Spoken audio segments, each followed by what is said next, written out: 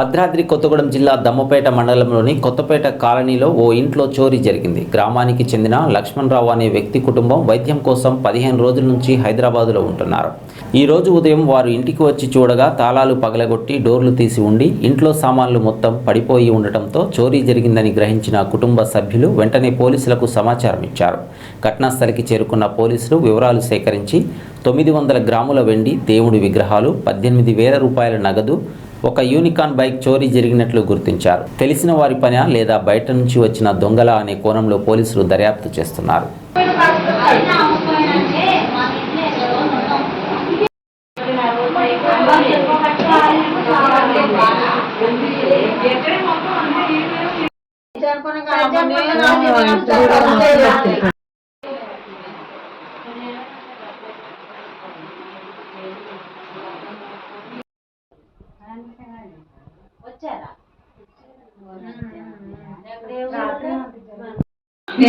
ఇవన్నీ చక్కగా తోమి అనండి వెళ్ళే ముందు అన్ని తోమి హైదరాబాద్ వెళ్తున్నాం మందులని తోమి వెళ్ళాను.